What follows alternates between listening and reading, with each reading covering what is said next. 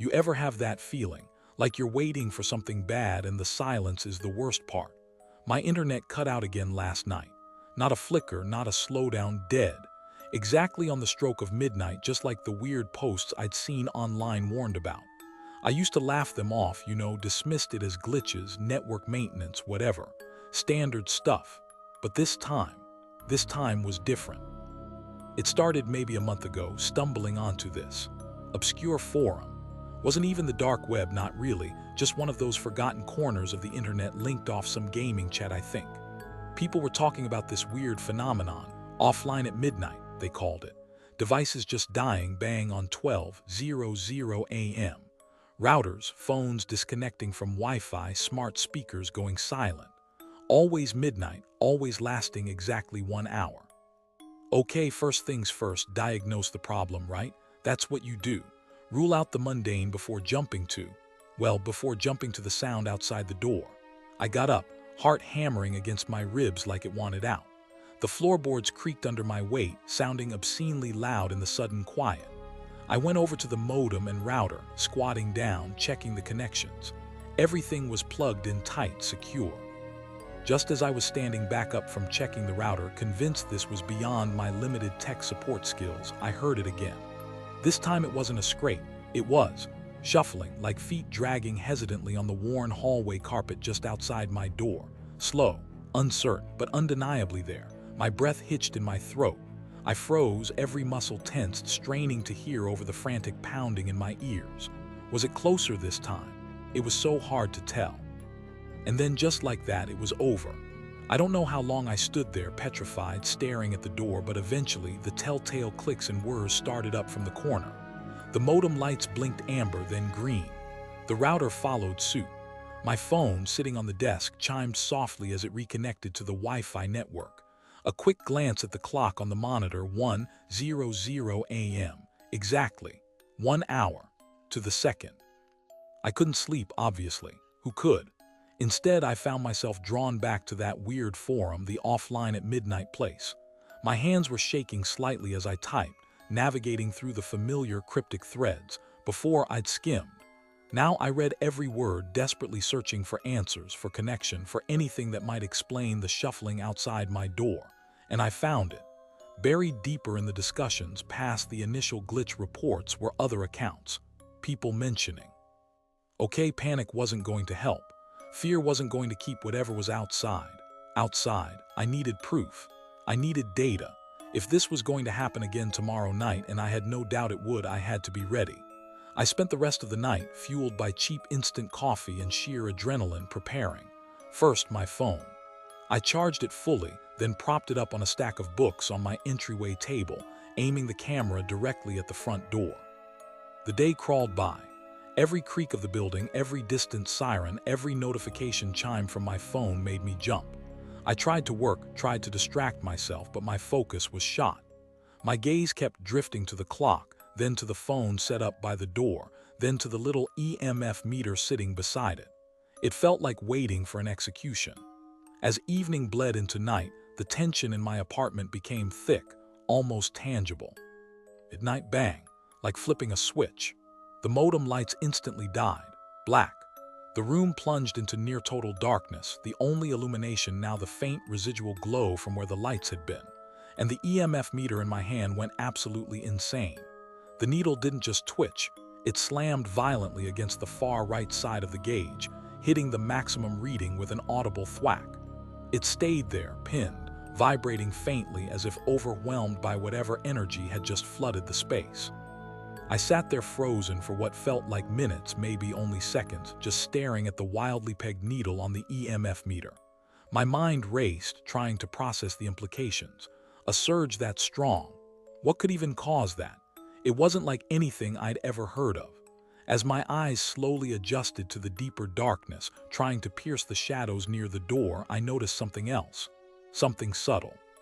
My fear was still there, a cold knot in my gut, but now it was mixed with something else, an almost obsessive curiosity. That static. It felt important, like a message in a bottle washed up from somewhere else during this strange digital low tide. I had to capture it. I fumbled for my phone, forgetting for a second it was useless for recording video. But the camera should still work for stills, right? Even offline. Just as I thought I was maybe getting somewhere, capturing a sequence of flashes that seemed less random than the others, I heard it. Not shuffling this time, not scraping, footsteps, heavy, deliberate, right outside my door on the landing. Boom, boom, boom, like someone wearing heavy work boots was pacing back and forth, slow and methodical. My blood turned to ice. This was different. This wasn't hesitant or stealthy. This sounded solid, real, and close.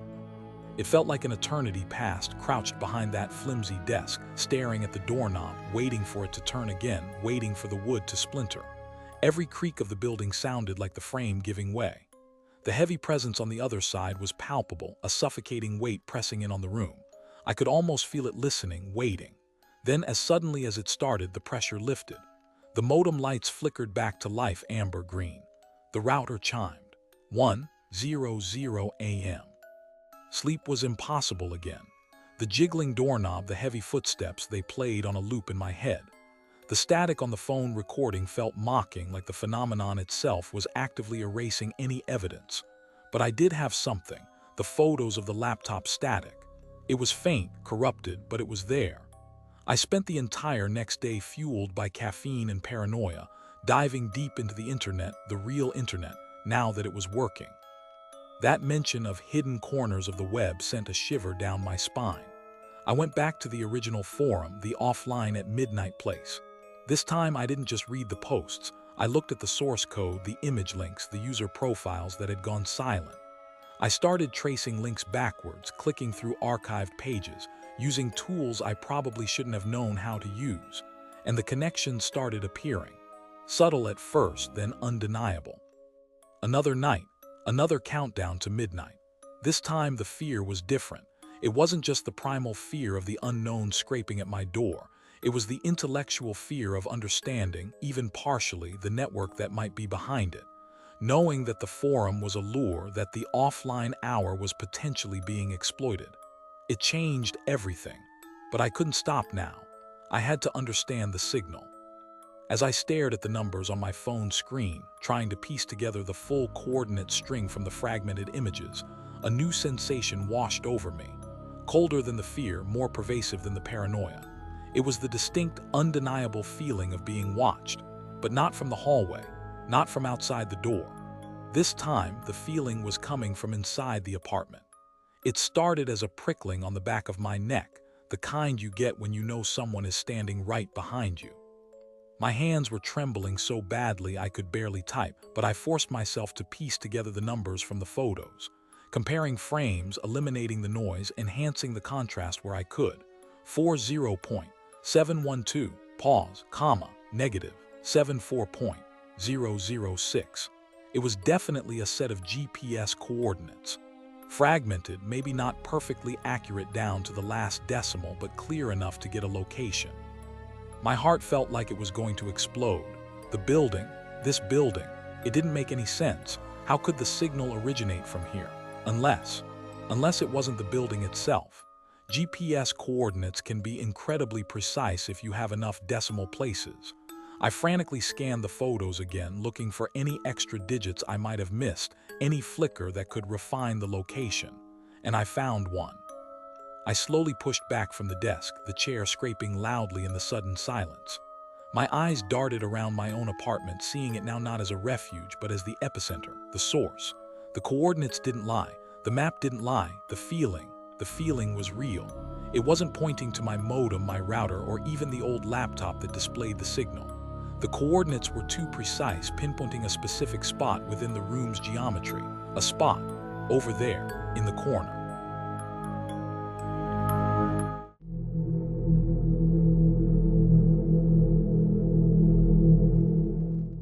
Okay, so, you know how sometimes you stumble across things online? Things you really shouldn't. I ended up deep, like really deep in one of those corners of the dark web. Not proud of it, just morbid curiosity, I guess. Anyway, I found this weird forum, looked ancient even for the internet. It was all cryptic posts, but one thread. It listed coordinates.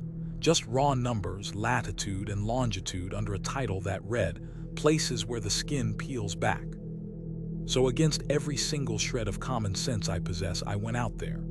The next evening, just as the sun was dipping below the tree line, painting everything this sickly orange and purple, the farm. It's always been a bit creepy since Granddad passed. Overgrown, quiet, too quiet. But heading towards that barn, it felt different, hostile, like the air itself didn't want me there. The barn stands apart from the main house, maybe 100 yards back near the woods. Getting that lock off was an ordeal. It was old, really old, and seized up tight with rust and time. I brought bolt cutters from the shed, figuring Granddad wouldn't have left a key lying around for this particular door. The metal screeched in protest as I clamped down, the sound echoing way too loudly in the unnerving quiet of the evening. It felt like sacrilege, like I was breaking some unspoken pact Granddad had made with whatever was inside. The door didn't just swing open. Of course, it didn't. It was heavy, stuck fast in its frame like it hadn't been disturbed in decades, maybe centuries. I put my shoulder into it, pushing hard. It groaned, a low, drawn-out sound that seemed to come from the very foundations of the barn, like some ancient beast disturbed from sleep. Wood scraped against warped wood. I pushed harder, my boots skidding slightly in the loose dirt.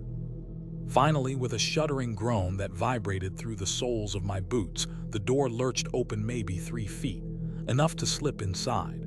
The darkness within was absolute. It was like staring into a physical void. I flicked on my flashlight, the beam cutting a shaky cone through the blackness, illuminating swirling motes of ancient dust. The air inside was thick, heavy, and colder still. It felt like stepping into a crypt. I took a few cautious steps further inside, the heavy door still partly open behind me, letting in a sliver of the dying twilight. My boots made soft crunching sounds on the packed earth, sounds that seemed obscenely loud in the profound silence. My flashlight beam danced around, probing the corners, pushing back the suffocating darkness inch by painstaking inch. The barn was deeper than it looked from outside. The beam didn't reach the back wall. It just got swallowed by the gloom. I stood up slowly, my flashlight beam sweeping further into the cavernous space. The back of the barn was still lost in shadow, but I could make out more shapes now. Piles of something covered in dusty tarps, old barrels stacked precariously, and in the very center of the floor space, something else, something that made me freeze. It was a circle, scored into the hard-packed earth. Not perfect, kind of rough, maybe 10 feet across. I forced myself to step closer to the circle, my boots crunching softly on the earth just outside its boundary. The symbols inside were clearer now. Some I recognized from the walls. Others were new, spirals, jagged lines that looked like lightning bolts, and something that disturbingly resembled a crudely drawn human figure, contorted and broken. It was deeply unsettling. In the very center of the circle, the earth was definitely disturbed. I quickly shoved the locket into my pocket, feeling contaminated just by holding it. Standing up, I backed away from the circle, sweeping my flashlight beam around the barn more frantically now. My breathing was shallow, ragged. The feeling of being watched hadn't lessened. If anything, it had intensified since I touched the locket. It felt like I'd crossed some invisible line, announced my presence in a way that couldn't be ignored. The silence pressed in, thick and suffocating. Then I heard it, a sound. I started backing away, slowly, deliberately, towards the door. Every instinct screamed at me to turn and sprint, but I couldn't take my eyes off the darkness above, couldn't stop tracking that horrifying sound. Shuffle, drag. It was right at the edge now, directly over the main floor space. My flashlight beam stayed pinned to the spot, shaking so badly the light flickered across the ancient wood like a strobe. I could almost feel something looking down at me from the shadows, something heavy and unseen. My hand finally found the edge of the door frame. Relief, cold and sharp, pierced through the fear for a split second. Almost there. I just needed to slip outside, pull the heavy door shut, run, and never look back. Forget the bolt cutters, forget the lock, just get out. I risked a sideways glance towards the opening. The faint twilight outside seemed like a beacon of salvation. But as my eyes adjusted back from the deep blackness of the barn interior to the slightly less intense gloom outside, I saw it. Panic clawed its way up my throat, hot and acidic. Trapped. I was well and truly trapped. Something creeping above me, something nightmarish guarding the exit. My mind raced, desperately searching for another way out. Were there windows? I flashed the light around the walls near me. Nothing. Just solid stone foundations and ancient, windowless wooden planks stretching up into the blackness. Maybe a gap in the wall somewhere, a loose board. I swept the beam along the wall beside the door, searching, praying. I moved fast but tried to stay quiet, stumbling slightly over uneven ground, my flashlight beam bouncing wildly. The shuffling above me seemed to pause as I moved, then resume, faster now, tracking my progress. It knew I was making a break for it. Don't look up, don't look back, just get to the door. The ritual circle lay directly in my path. I skirted around its edge, not wanting to step inside, a superstitious dread gripping me. The clicking sound from the entrance grew louder, more insistent. A dry, chittering sound that scraped along my nerves like sandpaper. I didn't want to turn around, didn't want to see if the silhouette had moved, had come inside. But I had to. Slowly, reluctantly, I turned back, keeping the flashlight beam pointed towards the main door. The figure was no longer just a silhouette in the opening. It had stepped inside. My fingers fumbled in my pocket, closing around the cold metal of the locket I'd picked up earlier. A completely irrational thought flashed through my mind. Maybe this was connected. Maybe it was a key or protection. Stupid, I know, but when you're cornered by something that shouldn't exist, logic takes a backseat to desperate hope. I pulled it out, holding it up, the tarnished silver glinting weakly in the flashlight beam. The clicking figure paused. The wood groaned, splintered but held. Panic surged. I hit it again, harder, putting my whole weight into it, using the fear as fuel. Crack. A larger split appeared near the bolt. The clicking creature behind me reacted to the noise, its chittering growing frantic. I could hear its jerky movement starting again, turning back towards me. No time. I drew back, braced myself, and kicked hard, right next to the bolt, aiming for the weakened wood.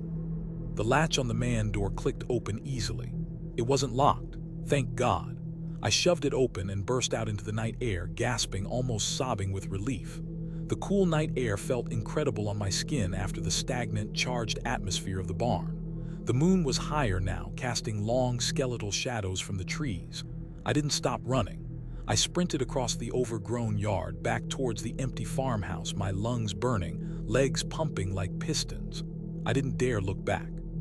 I stayed there on the floor for what felt like hours, just listening, muscles coiled tight, ready to bolt again at the slightest sound. But nothing came. The farm remained quiet, wrapped in the indifferent silence of the rural night. Eventually, sheer exhaustion started to win out over adrenaline. My trembling lessened, my breathing slowed. But the fear didn't go away. It settled deep in my gut, a cold, permanent knot. I couldn't stay there. The thought of sleeping in that house with that barn looming just 100 yards away, impossible. I needed to leave. Not just the house, maybe the whole damn state. Put as much distance between me and that place as possible. I grabbed my keys, my wallet, didn't even bother packing a bag. Just got in my car, parked out front, and started the engine. The sound felt reassuringly normal, mundane. I didn't turn on the headlights immediately. It's been weeks now. I'm staying in a cheap motel hundreds of miles away. Haven't told anyone what happened. Who would believe me? They'd say I imagined it, that I scared myself silly exploring an old barn. But I know what I saw, I know what I heard, and I know what I felt. That cold, malevolent presence. That feeling of being fundamentally marked. I threw the locket away eventually, dropped it down a storm drain in some anonymous town, but I still feel its weight in my pocket sometimes.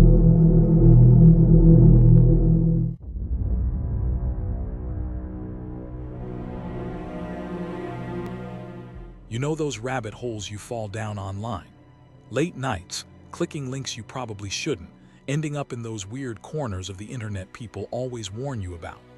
Yeah, well, I found something. Wasn't looking for anything specific, just browsing. It was this old, beat-up portable tape recorder listed on a site that felt like it hadn't been updated since the dial-up days, probably some forgotten dark web marketplace adjunct. So I hit play. The little wheels inside the deck started turning with this soft whirring sound, the kind of mechanical noise you barely hear anymore. And then, the audio started. It wasn't loud. It was quiet, intimate, like someone was holding the recorder right up to their mouth. It was a voice, a man's voice, whispering, but the whisper, it wasn't calm. It was ragged, terrified, like he was hiding from something, trying desperately not to be heard.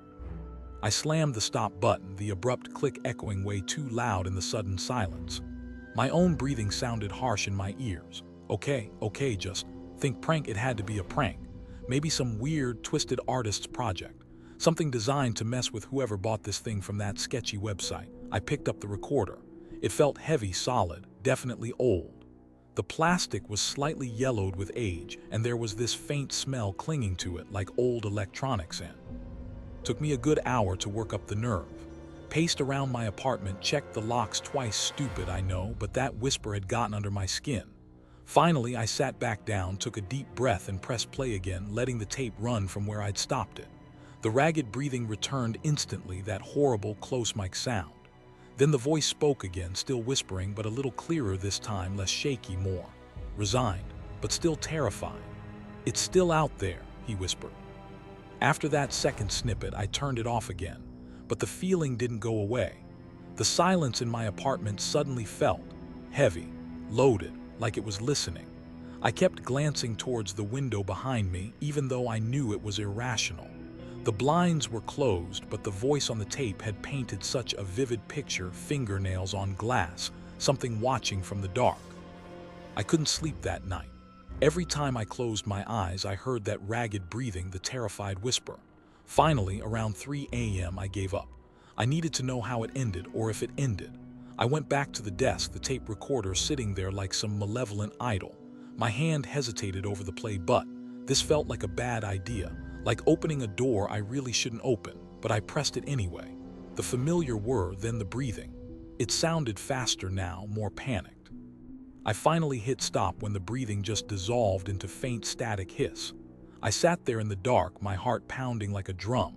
The silence left by the tape felt profound, chilling. But it wasn't entirely silent, or maybe I was imagining it. I started hearing things. Faint whispers seeming to come from the corners of the room, just on the edge of perception. Not words, just sibilant sounds like snakes rustling through dry leaves. Okay, new plan, information. I needed to know where this thing came from. I fired up my laptop, navigated back through my browser history. Thankfully, I hadn't cleared it trying to find that obscure marketplace page. It took some digging, clicking through layers of weird forums and defunct links I'd visited that night. Finally, I found it, the listing page for the tape recorder. Vintage audio recorder, as is, just like I remembered. Minimalist, anonymous. I couldn't leave it alone. It was like scratching an itch that only made it worse. I needed to hear the rest, even though I dreaded it.